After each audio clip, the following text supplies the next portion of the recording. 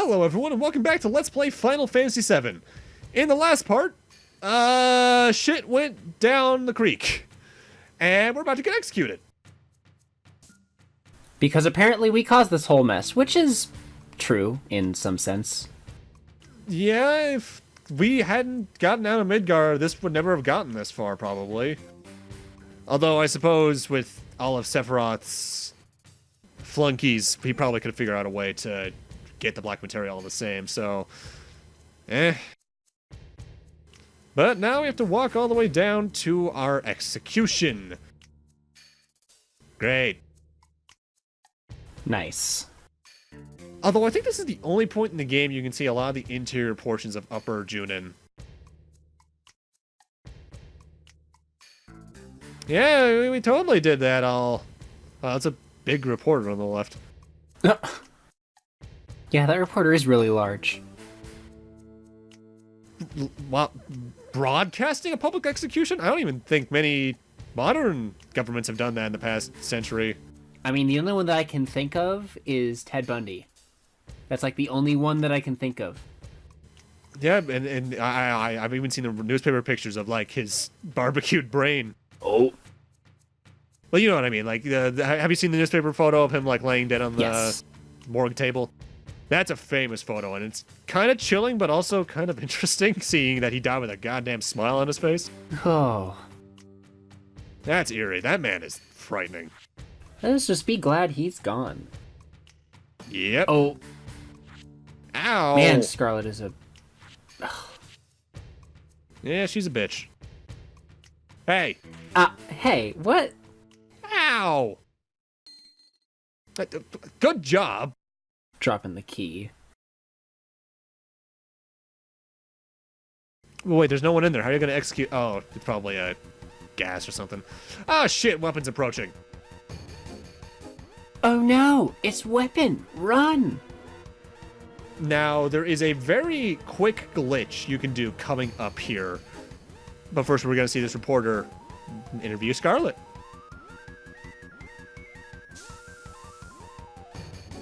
Oh, sleeping gas. Ah, Kachi! Hey, buddy. No wonder it looked so big. Yeah, he's big and fluffy. And you have to fight some soldier firsts there, I believe. But I thought he was part of Shinra. Well, yeah. But mind you, he did say that he was sick of a lot of the way Shinra was handling things, so he's probably just going full-out rebel against them. Nice. Let's see if we can get Tifa out of there. Oh, the switch has already been pressed? Crap. Well, Tifa's dead. Yep. I hope you didn't spend too much time grinding. That's 3 characters gone. Alright, right here, there's a very quick glitch you can do. Whenever it comes to scenes like this, where the player characters aren't on screen, but they still have to have scenes go on like this, there is an invisible player character mounted there just so you can have the place loaded in. And on most of the scenes, the character can't move. It's locked into place by either dialogue menus or otherwise. In that scene there, that's not the case. You can move your invisible player character model. And you can leave through a loading zone and completely skip the next bit of scene. Oh, that's cool. I saw that in that Final Fantasy VII speedrun at a GDQ I've mentioned a couple times now. And I'm not gonna lie, this is awesome. Junin's not just a town, it's a fully functioning military base. That's Final Fantasy VIII-esque. Yeah? I wouldn't be surprised if a lot of the more futuristic themes and visuals that 8 got was partially inspired by some of the stuff they thought of first in this game. Preparations for war. Fire! Wow, that's a pretty big bullet. Whoa, that's a lot of fish dead, probably. Whoa. Hey, free food. Though, depending if that was a shell-based cannon or an energy-based cannon, might not be edible fish. And thus say goodbye to your, common pool resource fish. No fishing for you. And then Doma died. I think you might also be able to do it here, but I'm not entirely certain. I think it might just be the scene where they're running, or Heidegger's running. Did we get him? Looks like it. Hell yeah. Back to the execution. Never mind. 50 knots. That's quite fast. How fast is that in miles per hour / kilometers? I should know this because I took a class on this, but I think it's equal to about about 1.2. Damn. And that's a big guy. This is the one that Kenny name dropped last part. This is Sapphire Weapon, though it's never named in the game itself, only in concept art. In fact, any of the weapons, they all have code names, but they're all just generally referred to as weapon. They're all referred to by a gemstone relative to their color. And this is Sapphire, correct? Yes. I'm actually kind of sad that we couldn't deal with Sapphire Weapon. Yeah, at the same just time, because though, it's dumb seeing that these Shinra soldiers are able to take it down. I mean, they're doing their damn best, and that's a good amount of fire, you gotta admit. It's respectable that they're holding up this much power. True, I suppose. Notable, this is not the first time a weapon has shown up chronologically in the world of Final Fantasy VII, given the more modern stuff. In Before Crisis Final Fantasy VII, one of the final bosses is Jade Weapon, which is this giant airplane-looking thing. But given that we never got that game, and let's be real, it's probably not the most canon thing in the franchise to begin with, it's not really worth bringing up otherwise.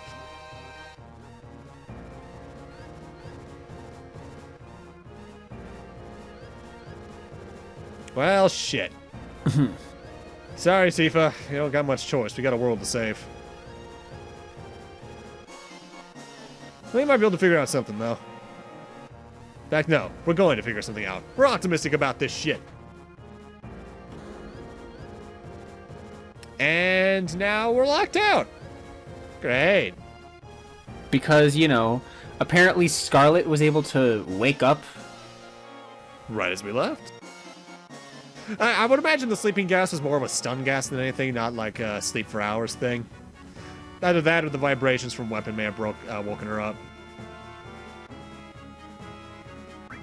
And now we just have control of Barret and Ketchi, and it's time for me to finally upgrade Barret's weapon because I forgot to do that earlier, and I guess Ketchi can get an upgrade as well. Yeah, that one, why not?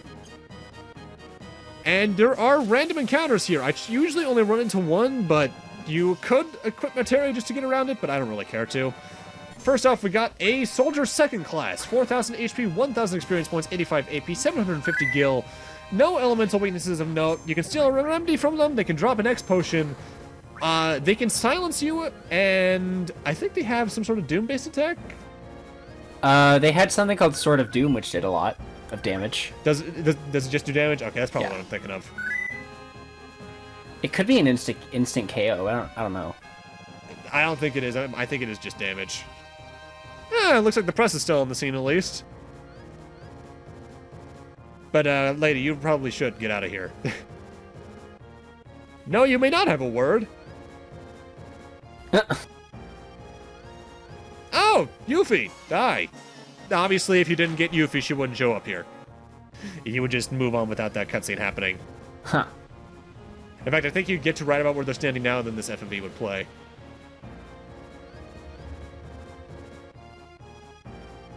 Now, one thing I really gotta admit about the weapons, I love each and every single one of their designs. Yes. I really like Diamond Weapon. Yeah, Diamond Weapon's cool just because he's basically a giant robot, but my favorite probably goes to that dragon one we saw last part. We'll talk more about that one later on. Okay. Now we have a roulette cannon. Roulette cannon. 3,000 HP, 1,200 XP, 100 AP, 1,600 gil, weak to lightning, and immune to poison. Nothing to steal, but it does drop an X potion every time you kill it, so that's pretty cool. I believe given that it's a roulette-based enemy, its attack is somewhat random. Only has a physical attack that's a counter. It will not use it if two parties members are dead. They can be rewarding. In the fight because they drop X potions, all that stuff. Ah. But yeah, I could go into detail with the AI script, but no.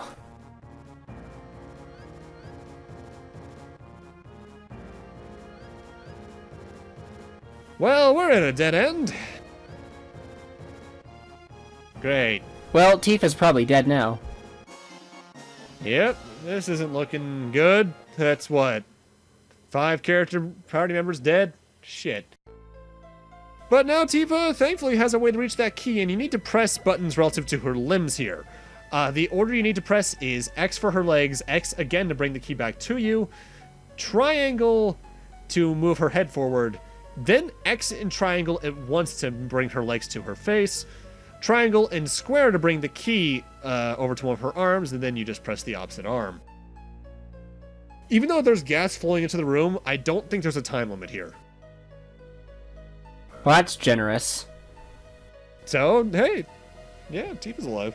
I won't be surprised if the remake changes this entire sequence here to be actually timed. Ugh.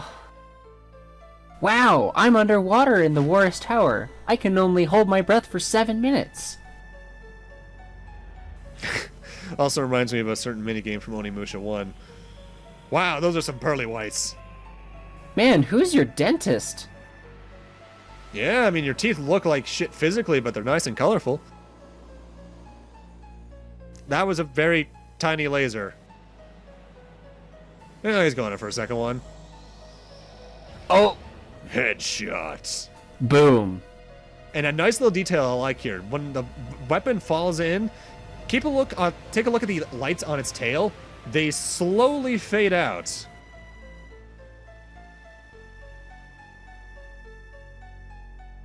So, the weapons have, like, upwards of 1 million hit points, and one cannon did that much damage. I mean, to be fair, the cannon's the size of their head. That's why Shinra should be feared, because that cannon does so much. It's a good thing it can't be moved, and it's got a very small rotation radius. In fact, if anything, that weapon's an idiot for standing still like that. Not for nothing, though. That is one weapon down. That's impressive. Oh, that poor dude. Oh, that's not good at all. And completely fine. Stuck the landing. No fall damage in RPGs. Now, we're on top of the cannon right now, obviously. And there's one very glaring thing you only really notice on repeat playthroughs with this thing. You see, at this point, this thing doesn't actually have a name. It's called the Junin cannon, and that's about it. However, once we get to this next screen, as soon as I figure out what I have to climb here, come on, you can do it. There we go. We can see there's an engraving called the Sister Ray. This thing's not called the Sister Ray until towards the end of Disc 2. Continuity error! That's extraordinarily minor, I should add. In fact, I won't be surprised if the remake just calls this thing the Sister Ray the entire game. How did you catch up to us so fast? Yeah, that's pretty impressive, honestly. There might be some other way to get on top of the cannon, honestly. Like, some service elevators or something. You bitch, I'm gonna slap you! Heck yeah, let's do it. Slap battle! You can win or lose this, it doesn't matter either way. In fact, I think it's basically random chance depending on whether or not you win or lose or not. Because you need to get some good chances to get some slaps in. Take that, yes. Mashing works pretty well. Yeah.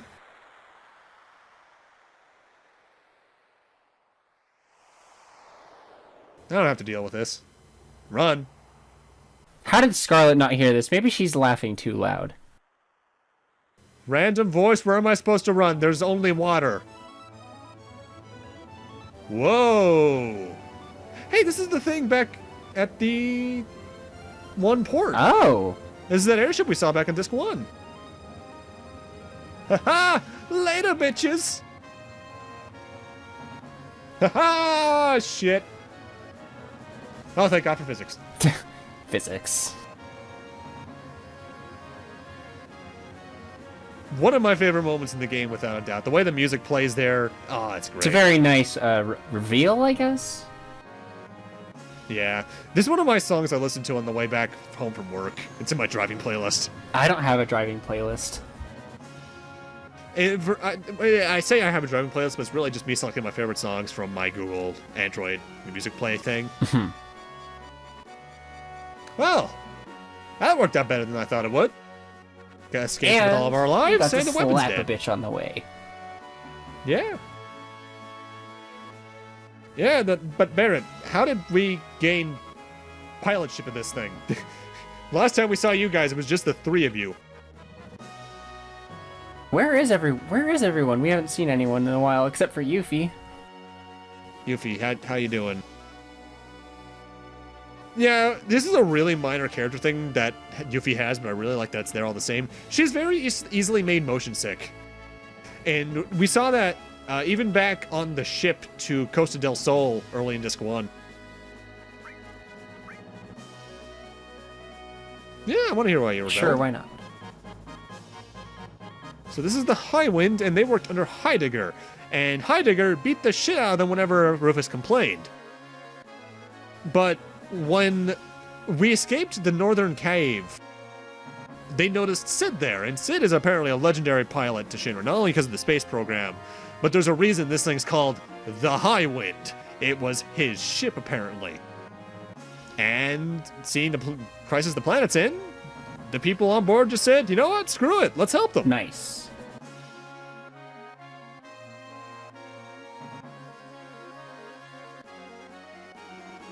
And you know what?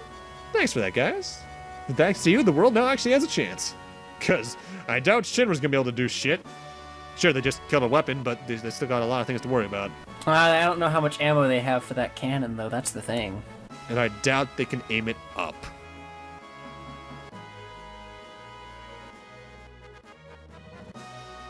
Everyone's here. Let's go check out the bridge.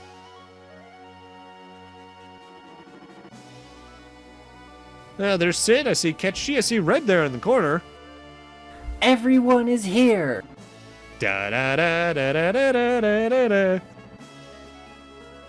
And I can see Vincent down there in the very bottom right corner with his edgy little arm.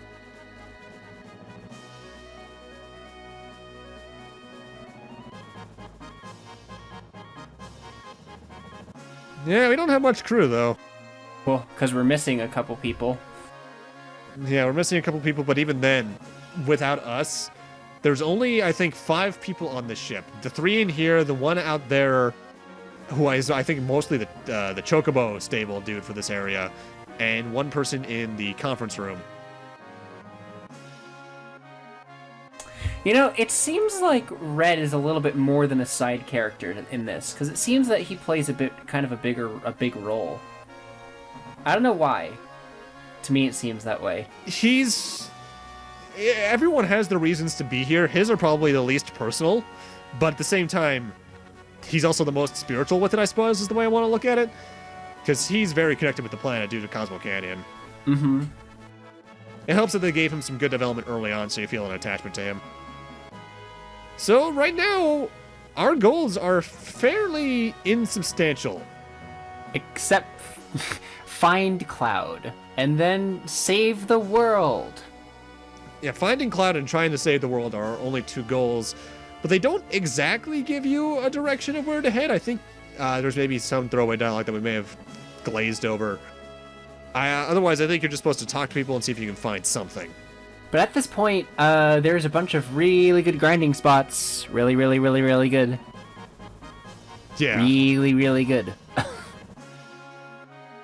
Yeah, so here they're talking about what could have happened to Cloud. The live stream gushed out from the northern crater, and Cloud probably fell into that. And since the live stream kind of flows underneath the surface, he was probably thrown somewhere from that, but we don't know where. Alright, show him how to land the ship. A funny little detail, though. Whenever you're in the bridge, like even from the first moment you enter here, talk with the pilot there. He slowly levels up as you go through the game. And his dialogue changes too, which is cool. I like that. Yeah, he slowly grows in confidence. Here's the conference room, and the reason that you need to come over here is just to set up your party. For this next portion, I am going to be bringing in the optional characters, if I'm recalling correctly, Yuffie and Vincent, because they're both a bit behind in their limit breaks, and Vincent hasn't gotten much screen time since... I want to say... Nibelheim era. Mount Nibble, yeah. And here's what everyone's looking like. Still got the Sniper CR, because that's his best weapon, thanks to Deathblow and such. Materia is fairly standard for what we've seen thus far. The usual restore all enemy skills, all that such. Random summons placed around just to have some various visuals going around. Alrighty, where to next? So, I mean, at this point you can fly. You can go pretty much anywhere in the world you want to, which is a middle finger to linearity, which I really like. There are only 2 places in the game you can... Well, no, technically at this point. Actually, 4. there are a couple you can't visit because, you know... things! There are certain side quests. Yes, You can't go to the Northern Crater. There's a barrier blocking that that'll repel you. You can't go to 3 particular caves located throughout the area because you can't land the Highwind there. The Highwind can only land on grass. And... otherwise, anything else is available to you. Question is 3? whether or not it might be worth it or not, but... I thought there was 4. 3 or 4. Either way, not too many areas aren't available to us at this point. Now, at this point in the game, since Meteor has been summoned, there have been some changes throughout the world. First off, almost every shop in the game has had their selection expanded. For the most part, it's adding maybe a couple materia or something like that. This guy now sells the Long Barrel R, which is another 255 accuracy weapon for Vincent, which is more powerful, so that's sticking on him for more or less the rest of the game. Most NPC dialogue has changed to be lamenting their lives now the Meteor's around. And the most notable shop change, I should note, is, of all places, Fort Condor. Fort Condor's materia shop now sells all materia. And since those are relatively inexpensive to master, that is one of the best ways to get your gil up.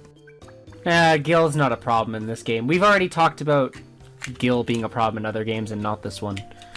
If you're having money problems in this game, you're doing something wrong. I'm still going to be doing that a little bit off-screen in a few parts, just because one of the more expensive things in the game I want to get done. But for this point, now we're just going to be going around doing some minor side stuff. For instance, right now, let's head back towards the Cosmo Canyon Nibelheim area. You might remember there was one shop here that had a little rope barrier in the way of one little pathway.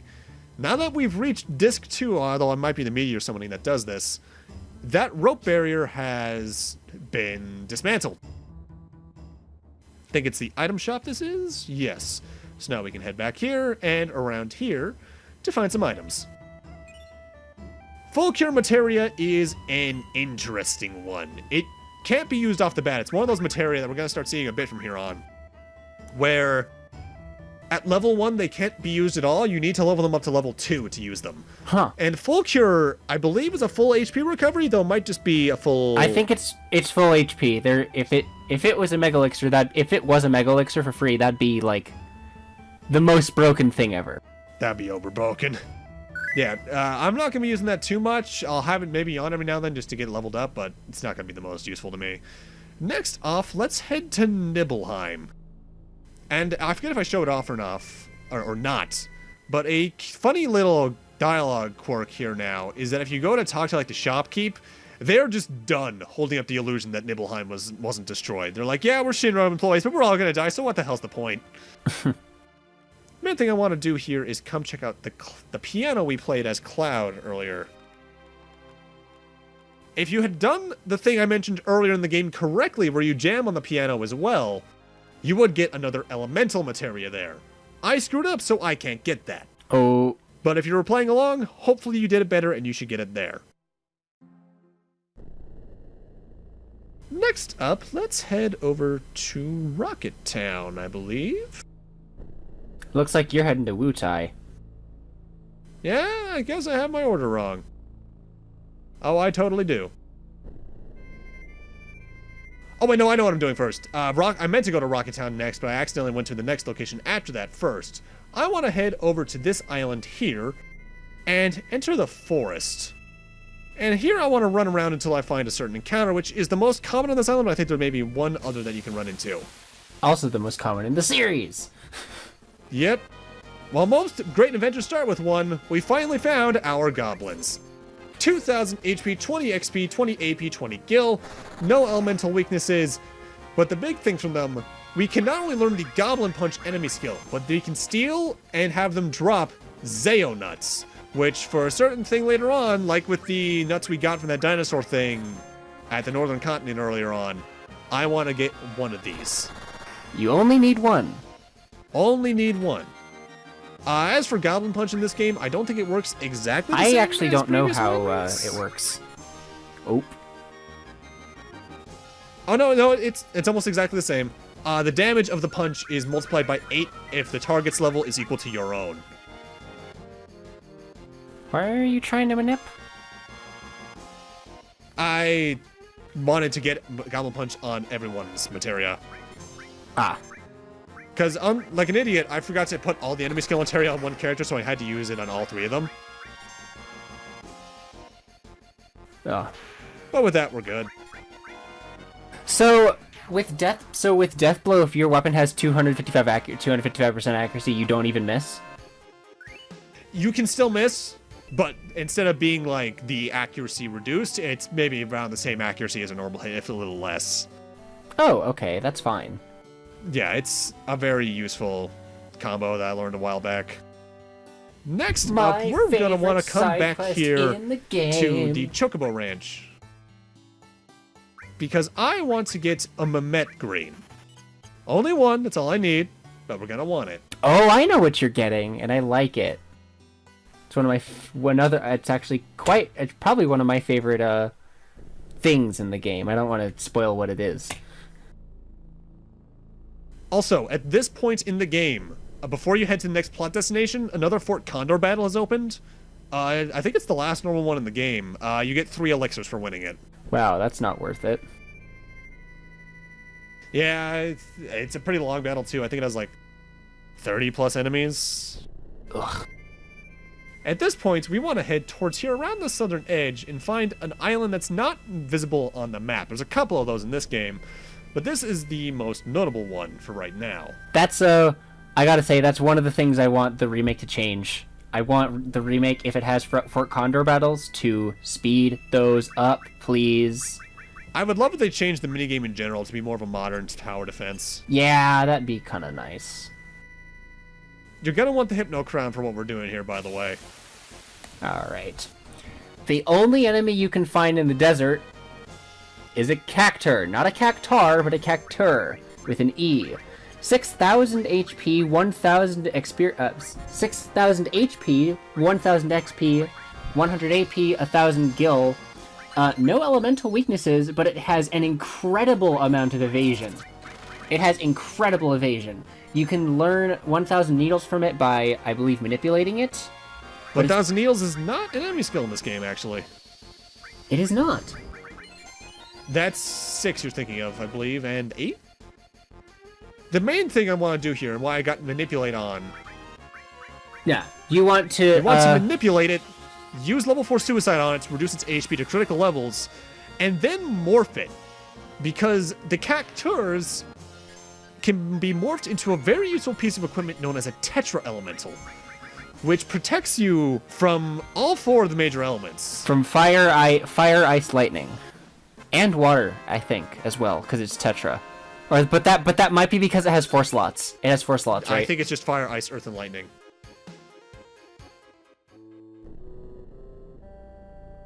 Tetra's 5, right? Tetra's 4. Quinta is 5, I think. Oh, Fire. Oh, earth. That was the one I was missing. Yeah. I got 3 of those off screen just because they're going to be very useful for the future stuff. Though admittedly, due to 1,000 needles, the cacturs can also be very useful for getting some limit break grinding done at this point in the game.